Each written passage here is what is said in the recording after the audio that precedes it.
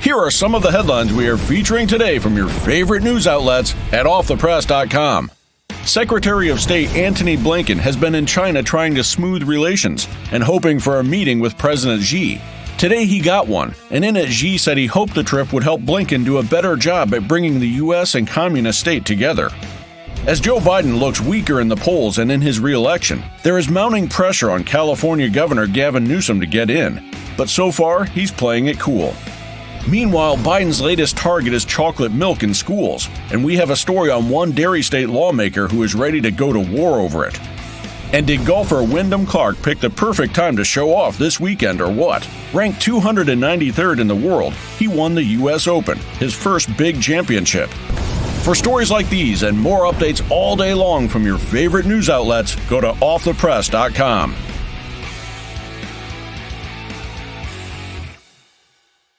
America's Voice Live, America's fastest growing news program.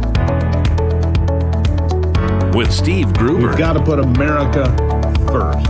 You do that by voting and bringing your friends to do the same. Delivering the latest news, observations, and opinions.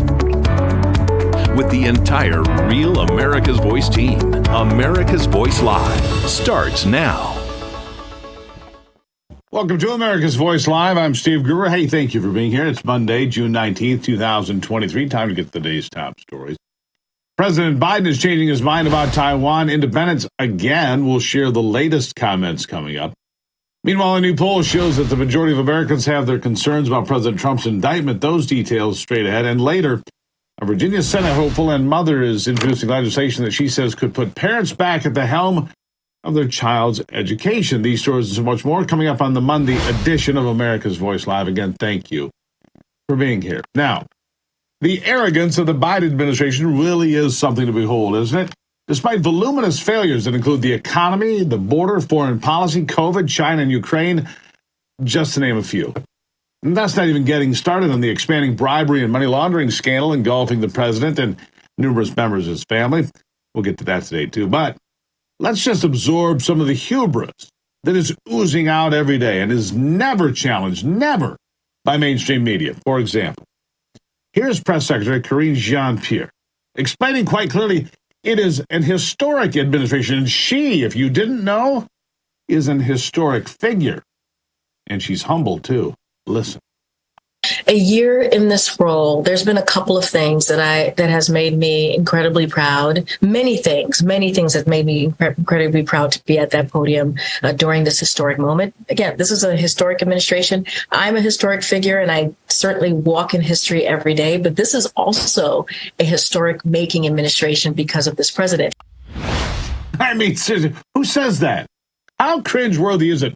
I am a historic figure. Seriously. But she's right. This is a very historic presidency, but not for the things she seems to think. It is historically incompetent, historically weak, and KJP is also a historic figure. She's right about that because she is, without question, the worst press secretary of my life. And that's a fact. The very worst in the television era. I mean, to say she is awful, well, that's an understatement of enormous magnitude. Of course, she is just representing the man at the top, and when it's this bad, well, let's be honest, it must be pretty hard to do your job as press secretary. Listen. Well, we're going to win, and we're going to help. We have plans to build a railroad from the Pacific all the way across the Indian Ocean. We have plans to build in Angola, one of the largest solar plants in the world. I can go on, but I'm not. I'm going off script. I'm going to get in trouble. You have to ask yourself, what the hell is he talking about right there? Building railroads across oceans? Are they powered by fairy dust and unicorns too, Mr. President? I mean, maybe we could just run a couple rail lines to the moon. That way, we don't have to waste all that time and money on rockets and stuff. And whether it's some screwball comment like that or some far-fetched claim as to how wonderful he's done as the job of president, Joe Biden is almost sure to disappoint all of us. You see, because bald-faced lying is a part of the plan for the Democrats, Joe Biden continues to lie about cutting the debt. In truth, he just signed a deal to increase American debt by at least $4 trillion in just 2 years. And yet, this is what he actually says. Here it is. We literally cut the federal debt in half by $1.4 trillion. In my first 2 years, I reduced the debt by $1.7 trillion. We cut the debt by $1.7 billion in the last 2 years. Let me say that again. $1.7 trillion. We've lowered the federal debt. We cut the federal debt in half. The fact. In 2 years, I reduced the debt $1.7 billion. In the first 2 years of my administration, I cut the debt by $1.7 trillion. No one's ever reduced the debt that much. We cut the federal debt in half. Let's see here. 1.7 trillion, cut it in half, 1.4 trillion, 1.7 billion. He doesn't have any idea what he's talking about. And look, I don't know if Biden's handlers are just telling him he's done such a great job and done all these great things and cut the federal debt in half. Remember, our national debt today, $31.9 trillion. Even if that 1.7 trillion number was correct, and it's not, that doesn't come anywhere close to cutting it in half, but maybe Biden actually believes it. Is that so far-fetched at this point? But either he or someone in the administration is lying like crazy. Somebody is. But it's really at the end of his comments, usually, wherever he might be, that's when you see things go sideways. You see, he never seems to know where he is. And they never know what he's going to say. His staff is stricken with fear when he turns around to an ad-lib answer for a reporter or poke fun at the press. Sometimes he does both. Usually they're just hoping he doesn't do another face plant on stage, tumble off a bicycle, or cartwheel down the steps of Air Force One. I mean, those folks, they must guzzle a lot of Pepto-Bismol. Here's another example of how he ended one recent speech. Here's Joe. All right.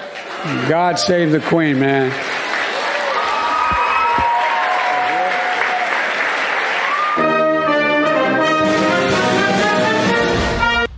God save the Queen indeed. Wow. But like we saw just a moment ago, it's not just the commander-in-chief that is both arrogant and incompetent. You see, incompetence is a theme that, well, it runs through the whole administration. It permeates there. It is also including some poorly dressed socialists in the U.S. Senate, one in particular. We call him John Hoodie Fetterman. A complete embarrassment for Pennsylvania. He is doing remarkably well, apparently. Well, you tell me. Listen to this train wreck. It's a pleasure to be here and to introduce my friend, Congressman Boyle Bile. Thank you.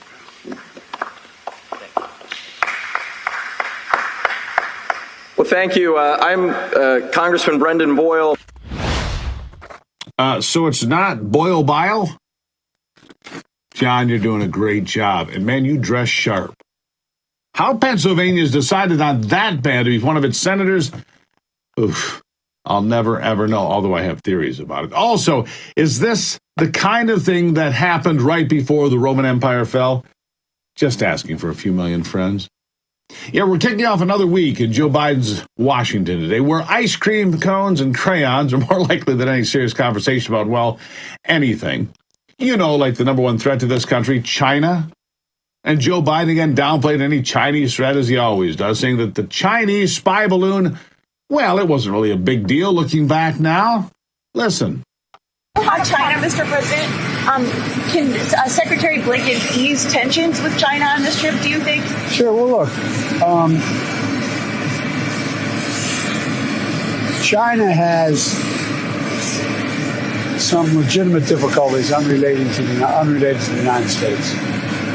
And I think one of the things that balloon caused was not so much that it got shot down, but I don't think the leadership knew where it was and knew what was in it and knew what was going on.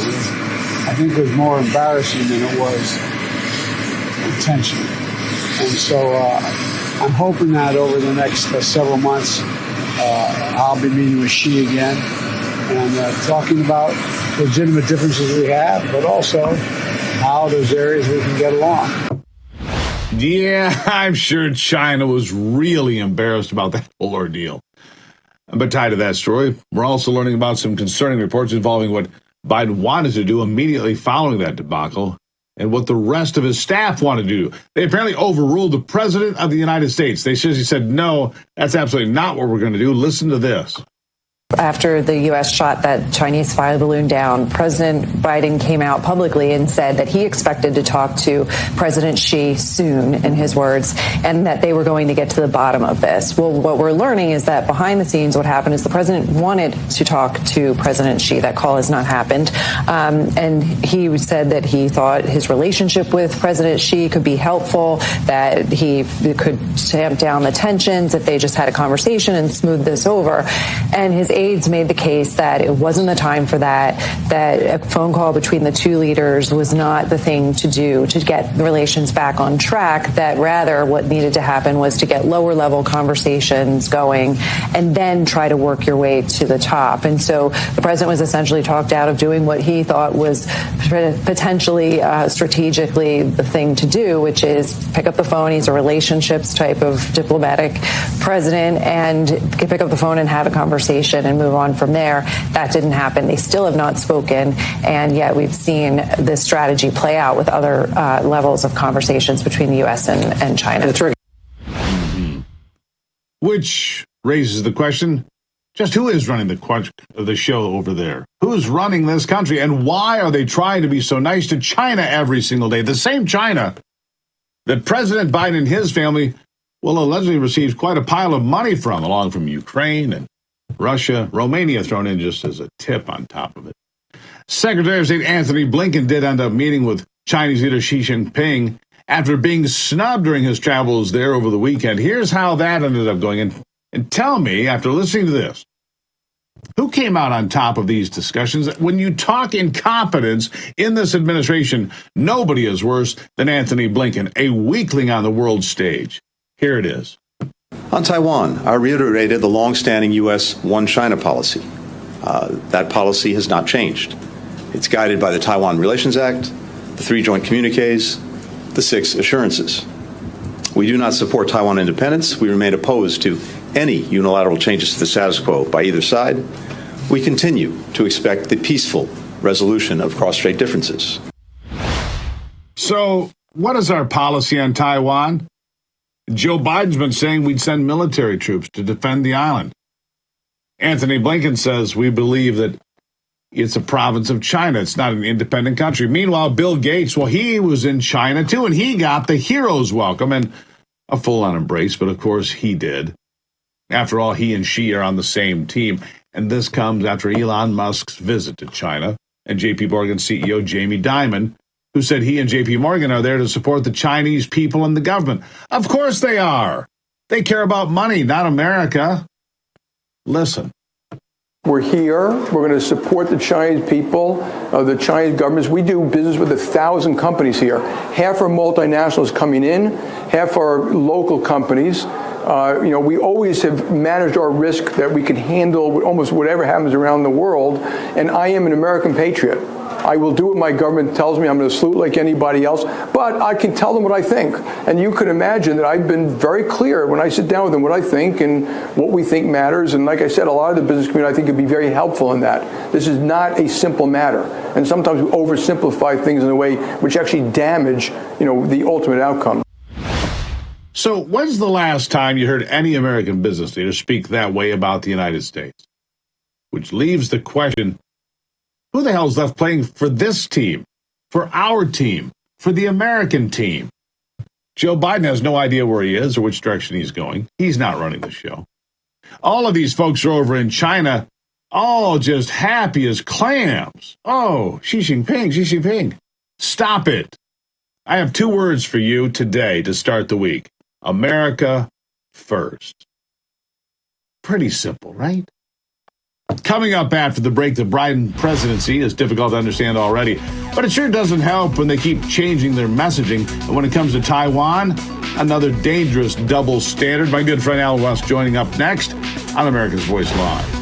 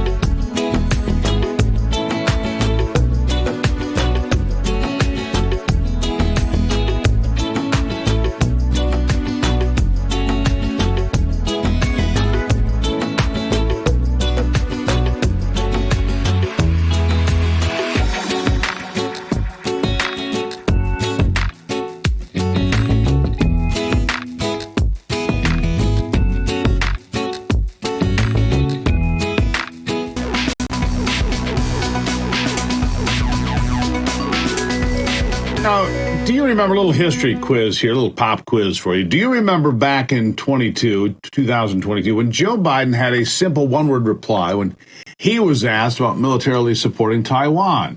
If you don't remember, I want you to hear it. Here it is. Are you willing to get involved militarily to defend Taiwan if it comes to that? Yes. Wow. And he said similar things since then.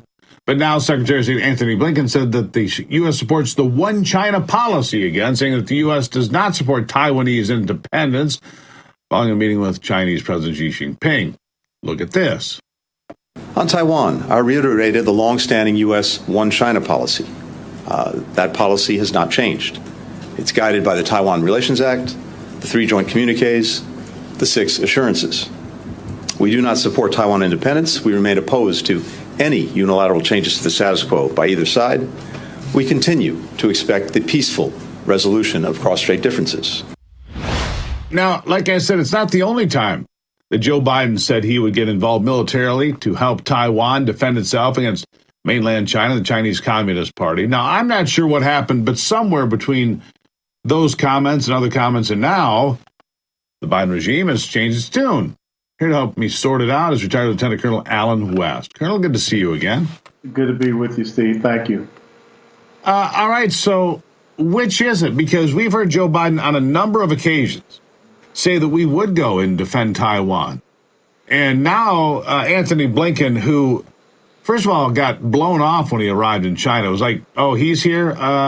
They finally went and met with him, but he certainly was not a priority, which is embarrassing, shows weakness again as the way the Chinese view America. Where are we in all this? Well, no one really knows where we are on all this except for China, and they know that they have abject weakness coming out of this Biden administration.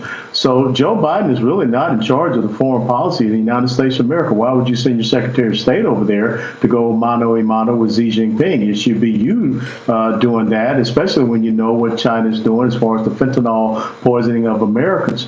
But right now, think about it, at the strategic level, there's that confusion. And just this past weekend, I was up at Joint Base Lewis and McChord, where my nephew took command of an Army artillery battalion. Think about at the tactical level what that means for them, the confusion, because they don't know what the mission and the focus is if the people don't know at the strategic level, and definitely at the operational level at the First Corps headquarters, they don't know what they should be doing in the Indo-Pacific region because of these mixed messages. But here's the real question, Colonel.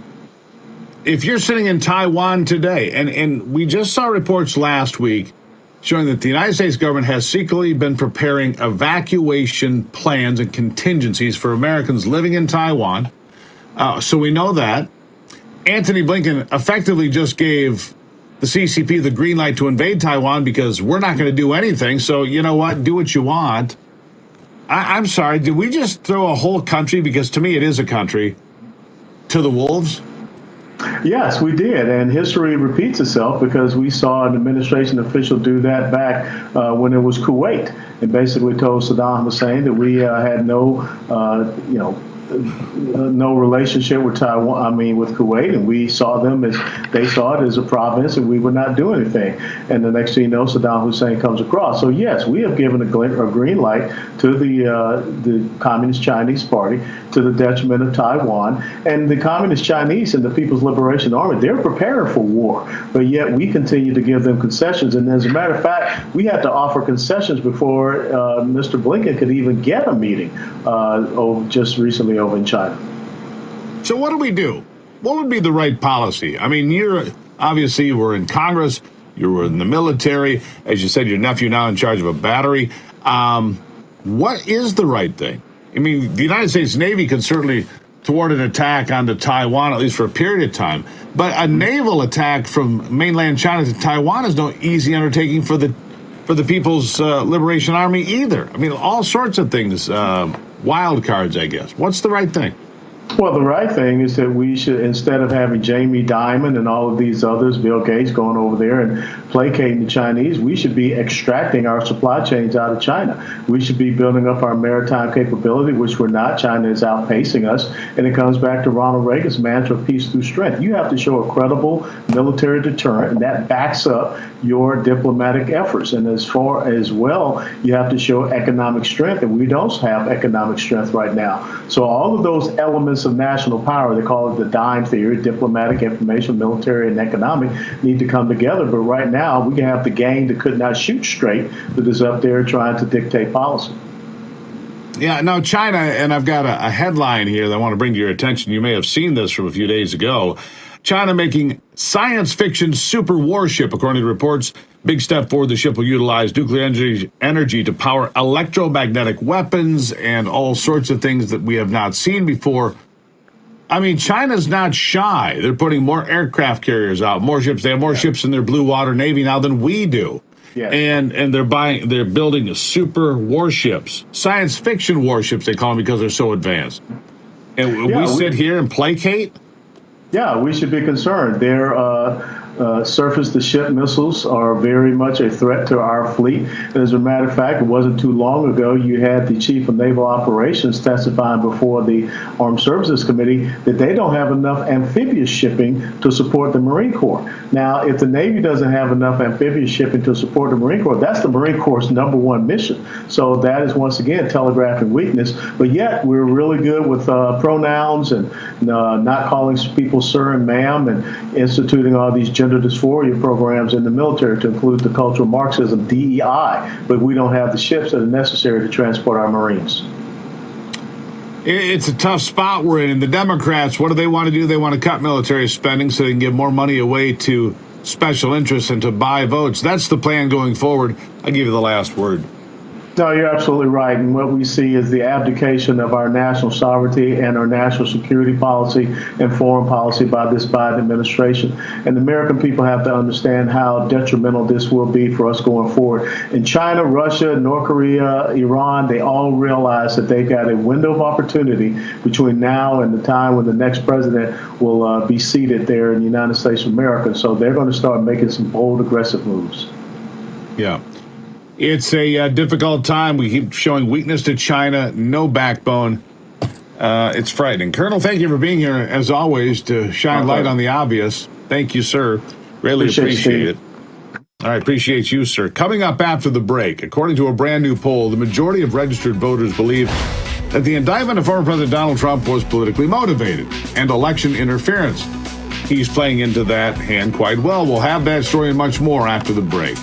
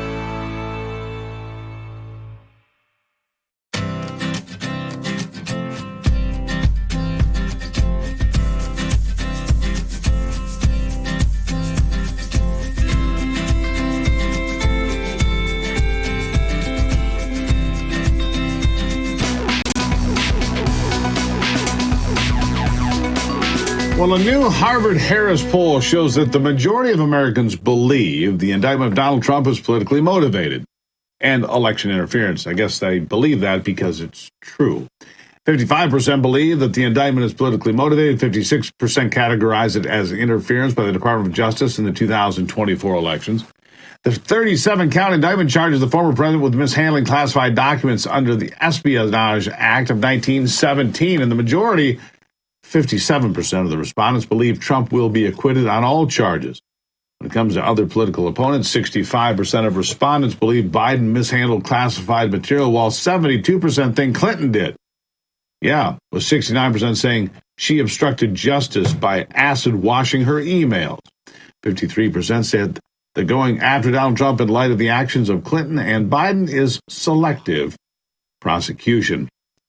A Montana gun shop owner is questioning why 20 armed IRS agents, not ATF, IRS agents took decades worth of gun owners' information from his store after a raid.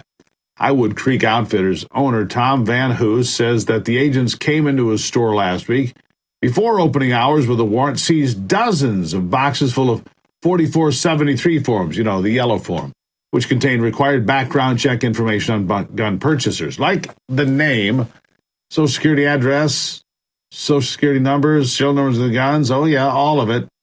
Van Hoos believes that the seizure was outside the scope of the warrant, which allegedly only included financial information, which these 4473s have nothing to do with. Why would the IRS have any interest in gun owners' purchases or backgrounds? Van Hoos says that he has been under close surveillance by the government for at least 2 years, and when asked for the reason why, he said, quote, "I can only assume that it's because of the style of weapons that we have and the press that's so against them." And he continued, current administration seems to be hell-bent on getting those guns out of the hands of average Americans. Former President Barack Obama suggesting that tech leaders need to develop digital fingerprint technology to combat misinformation.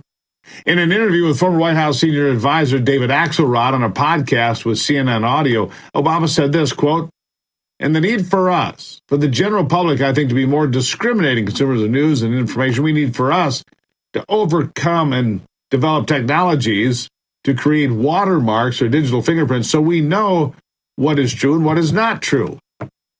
Obama's comments were in response to the creation of deep fakes of the president that have circulated on the internet. He told Axelrod, quote, "I was the first digital president when I left office. I was probably the most recorded, filmed, photographed human in history," which is kind of weird. As a consequence, there's a lot of raw material there, I suppose.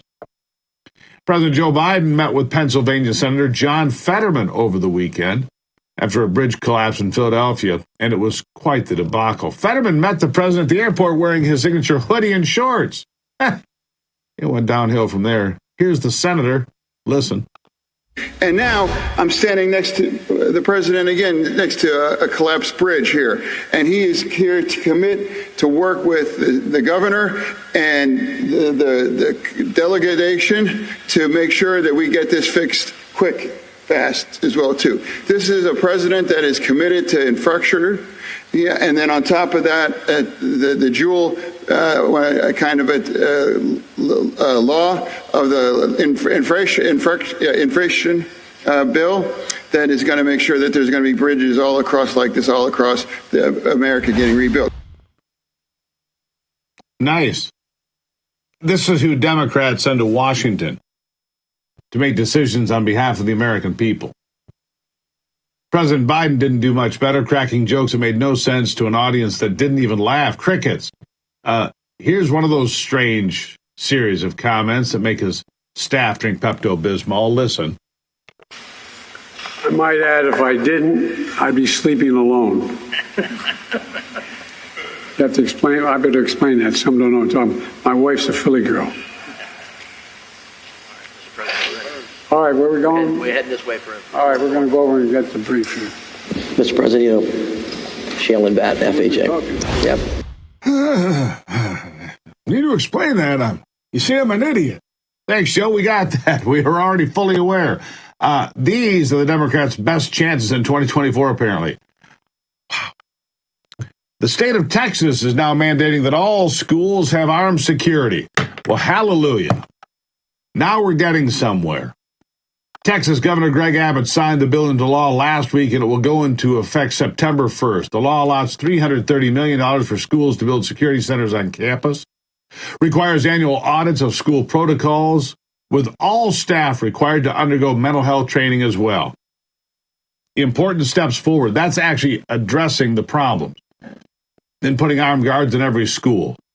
Good first step. Coming up after the break, Republican candidate for Virginia Senate, Tina Ramirez, pushing legislation for a parental bill of rights in order to put the rights of parents in charge of their children's education. What an idea! She'll join me next here on America's Voice Live.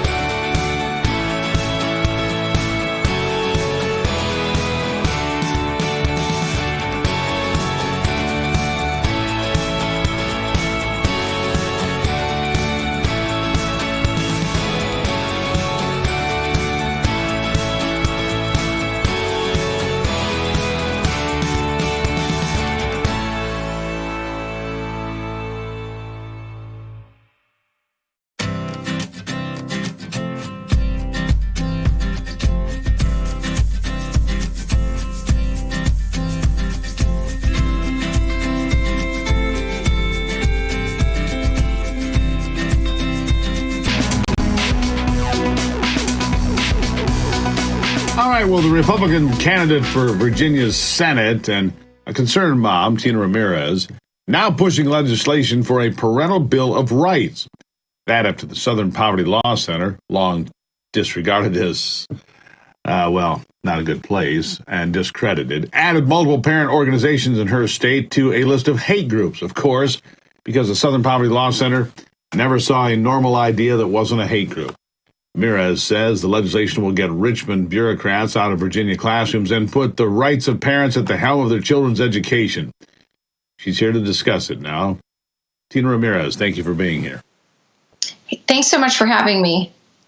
Yeah, the Southern Poverty Law Center, if they're calling you names, then you must be on the right track because they were discredited a long time ago. And I have to point out every time that they come up in a story that Morris Dees, the guy that founded the Southern Poverty Law Center, was thrown out because he was feeling up to help, because he's a pig. Anyhow, I digress. Let's just be honest about who they are, and they going out and labeling parental groups as hate groups. There's nobody that has less credibility than the Southern Poverty Law Center. I'm glad you're standing up. Tell us about what your proposal is. Yeah, well, the reason that I got involved as a mom, first and foremost in this movement is that is that I'm a mother of an 8-year-old child who I don't want being sexualized in the classroom or taught to hate me because of the color of her skin or mine. I think that this is the challenge that we see going on across America. And I know that if I don't fight for my daughter's values, no one else will. In Virginia, in 2021, we fought an election against Terry McAuliffe, who said that parents don't have a right to say anything in their children's education. We think he's wrong, and that's why Republicans swept the House and the governor's mansion in 2021 and won. But we are a couple seats short in the Senate in order to having the majority and really putting forward to parents the protections that we want as parents that we fought so hard for in 2021. And so this election is critical to ensure that we get parents back in the driver's seat of their children's education. The Southern Poverty Law Center, as you mentioned, has labeled groups that I helped found here in Virginia, like No Left Turn Education, and other groups that I've been supportive of and that have supported me as well, from No Left Turn to Army of Parents and even Moms for America that recently endorsed me. They've called them hate groups and put them right beside the Ku Klux Klan and the Aryan Nation, which is insane. I mean, the real hate group here is the SPLC, and we all know it. But that was the point that I was making. Absolutely agree with that, Tina. In fact, your groups get labeled as white supremacists, as, white nationalists, as domestic terrorists. Tina, what is your ethnic background? So I'm Hispanic, and my daughter's biracial. She's part African Hispanic. But you're still a white supremacist. You see how this works? It doesn't matter what the truth of the matter is. They label people like you, a Hispanic woman, which, by the way, this should be a red flag for Democrats, because Hispanic women, Hispanic men, Hispanic families are walking away from the Democrat Party at an ever-increased rate, as they should, because they don't believe in the family. They don't believe in parental rights. They don't believe, everything they got the governor elected there. Mm-hmm. They got Glenn Youngkin elected there. Everything. They have missed the lesson, haven't they? Absolutely. Look, I'm also a single mother, and I helped establish, as I mentioned, No Left Turn education here in Virginia. And I don't want my daughter being indoctrinated at school and being taught to hate me because of the color of my skin. And that's really how this parent movement started across Virginia, because people across Virginia said enough is enough. Don't indoctrinate our children, turn them against us and our values. Don't think that you know better how to raise our children than we do. That's communism. And don't try to sexualize our children. We saw Terry McAuliffe working side by side with the Biden Justice Department to attack parents during the 2021 election. And the Biden Justice Department, sought the FBI against a father who was standing up against his daughter who was raped and was convicted of rape. This is what they do on that side. We need to stand up for parents' rights, and that's why I've proposed as my first piece of legislation when I am the senator next year here in Chesterfield, is to ensure that we have a parental bill of rights. In the Constitution, we have the first 10 amendments protecting our most fundamental rights, and the 9th Amendment says that not all of these rights are enumerated. We have a lot more, and so as a parent, we need to codify in law the rights that we have as parents, so that we are in the driver's seat of our children's education, of their health care, and of so many other decisions, instead of having unelected bureaucrats and teachers unions and advocacy groups pressuring our children and bullying them and harassing them to adopt values that are completely contrary to their family values. They're contrary to American values, to family values, to common sense, to common decency. It's contrary to all of these things. It's remarkable, Tina, that apparently the strategy from the Democrats in Virginia and elsewhere is for folks like you. If you won't vote for them, well, then they will just insult you and smear you. Is getting insulted a good way to attract your vote? You know what? They can insult me all they want. They can offend me all they want. I'm not moved by that, because I fight for religious freedom for a living. So I work with people that are persecuted around the world that are willing to risk their lives to stand up for their faith. And I think here in America, we need to have the courage to stand up for what we believe in as well, because we have the freedom and the Constitution that protects those rights. And if we don't stand up for it and we lose it, then what role do we have in the world anymore to stand up for all the people in the world that are looking at us as a beacon light of freedom? So we've got to stand up right now. And that's what this campaign is about. It's about fighting back and ensuring that our constitutional freedoms are safeguarded and protected, especially as parents. I do not want the government trying to raise my child. That is my job. And that's essentially what we're seeing happening here with the SPLC. Two things real quickly. When is the election, and how's your campaign going? The campaign's going great. I've been out knocking doors all weekend. The momentum is growing across the district. We are the outsider in this race, and yet we're surging. So we feel really good about tomorrow. But tomorrow, June 20th, is the election. Chesterfield and Colonial Heights in Central Virginia will come out and vote for me. As I said, I was endorsed by Moms for America last week because of all the work we've been doing for the last few years here in Virginia to fight for parents. And so if you're a parent, a grandparent, or somebody that's concerned about our education, I hope you'll get out and vote for me. And you can learn more at tinaramirez.com. Tina, somebody like me will be blessed to have you as their representative in the State House. So I greatly appreciate you being here, or the State Senate, whichever it might be. You know, people, important voices, common sense voices are incredibly important, and it takes guts to run for office like you're doing. So good for you. Thank you for being here. Well, thank you, and I'll come back on anytime. Thank you very much. All right, then. Coming up after the break. So Chris Christie's announcement that he is running for president was met with a big yawn, really. So I guess he needed to do something to get some attention. Find out what he's done when we get back.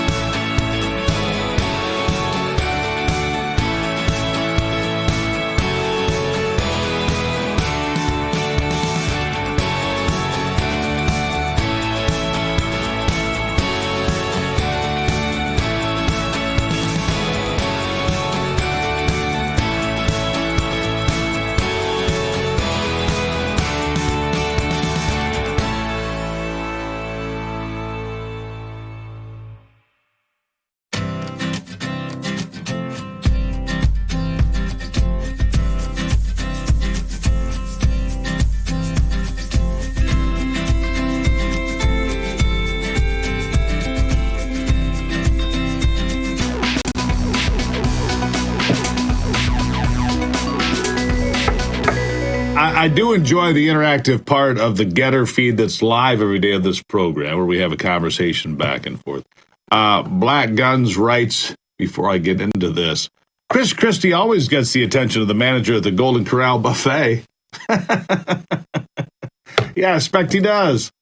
Sir, really? You're not done yet? Anyhow, in a recent interview with Jake Tapper on CNN's State of the Nation, former New Jersey governor and Republican presidential candidate Chris Christie expressed his support for parental involvement in decisions regarding medical and surgical treatments for transgendered children. Really? Listen. As governor of New Jersey, you signed into law some legal protections for trans people, including students. What do you make of your fellow Republican governors and candidates going in the opposite direction? Jake, what I believe we should be focused on most importantly in these issues is making sure there is parental involvement at every step along the way. I don't think that the government should ever be stepping into the place of the parents in helping to move their children through a process where those children are confused or concerned about their gender.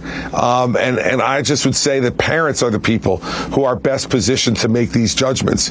And so what I'd like to make sure each state does is require that parents be involved in these decisions. You know, we're talking about students. I assume you mean people under the age of 18, Jake. And the fact is that folks who are under the age of 18 should have parental support and guidance and love as they make all of the key decisions of their life.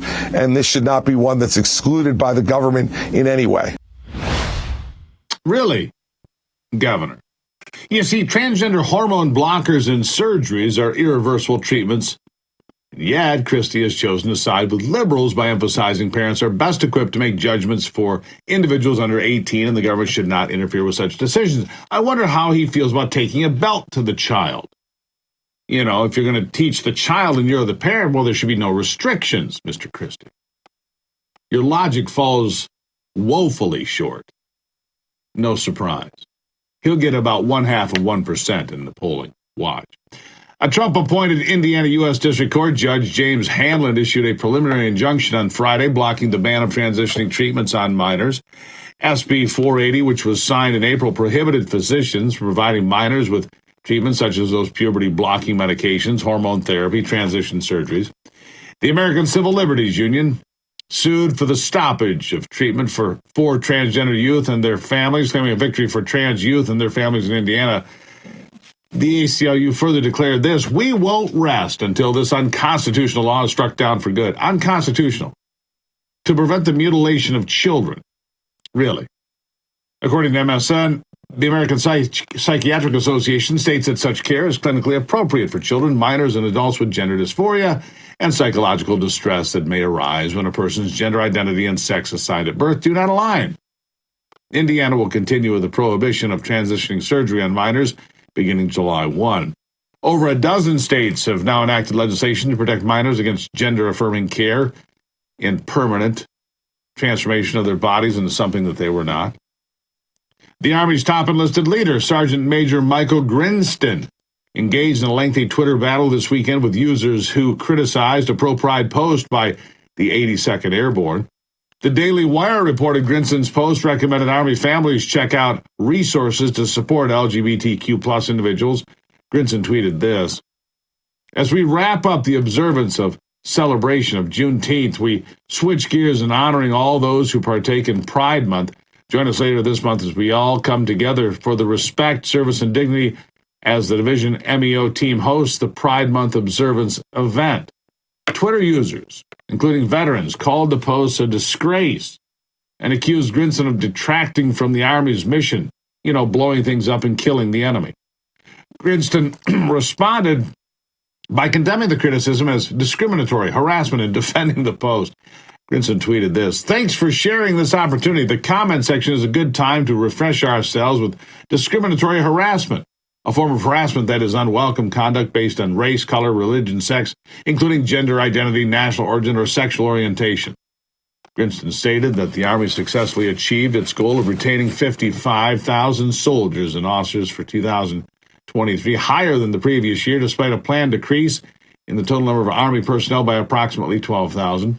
According to the Department of Veterans Affairs, over 65,000 LGBTQ plus troops currently serve in the armed forces. I don't know how they know that, but that's what they claim. Lieutenant General Deanna Burt, Deputy Chief of Space Operations, was the keynote speaker at the Pentagon Pride celebration last week, claiming more than 20% of Gen Z born between 1997 and 2004 identify as gay. A recent Pentagon study revealed that only 23% of American youth are eligible to serve due to obesity, drug use, and mental and physical issues. Military.com reported that less than 10% of the population is interested in serving. 50% of those interested cannot name all the military services, with 38 out of 50 states legalizing marijuana and 43 applicants testing positive for the THC from September to December. The Air Force lowered its standards, accepting applicants who tested positive but will have to retest. Burt Lightgrenson emphasizes that diversity and inclusion are vital for military readiness. Houston, we do have a problem. Anyhow, get back to the news and more after this quick break and a message from one of our sponsors, Birch Gold. President Trump recently issued a warning from his Mar-a-Lago home, quote, "Our currency is crashing, will soon no longer be the world standard, which will be our greatest defeat, frankly, in 200 years. There are three reasons the central banks are dumping the U.S. dollar: inflation, deficit spending, and our insurmountable national debt. In fact, the fact is this: there's one asset, that has withstood famine, natural disaster, war, political upheaval, dating back to biblical times. That asset is gold, and you can own it in a tax-sheltered retirement account with the help of Birch Gold. That's right, Birch Gold will help you convert an existing IRA or 401k, maybe from a previous employer, into an IRA in gold. And the best part, you don't pay a penny out of pocket. Just text America to 989898 for your free information kit. They'll hold your hand through the whole process. Think about this. When currencies fail, gold is a safe haven. How much more time does the dollar have? The answer is we don't have any idea. Protect your savings with gold just like I did. Birch Gold has an A+ rating with the Better Business Bureau and thousands of happy customers. Text America to 989898. Get your free information kit on gold. Again, text America to 989898. Do it today. After the break, a story that reminds us of how wonderful America is, plus your answers to our America's Voice question of the day. Why is the Biden administration so weak on China? We'll be back.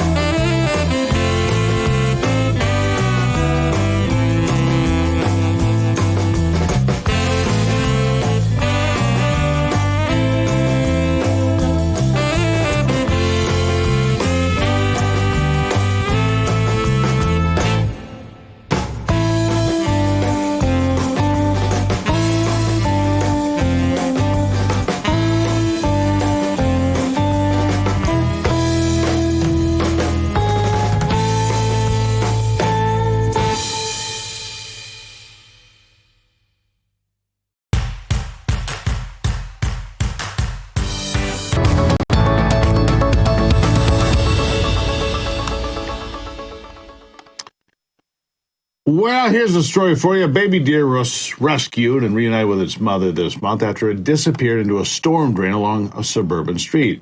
A mother and her son near Baltimore, Maryland, said they spotted a distressed adult deer circling the storm drain and called emergency services after they heard the cries of the fawn trapped below. Listen. So around 9 o'clock at night, a mom and her son, he was riding a bike, saw a mama deer walking around the storm drain. And the mama deer was looking like she was in a bit of distress, and she kept looking in and then walking away.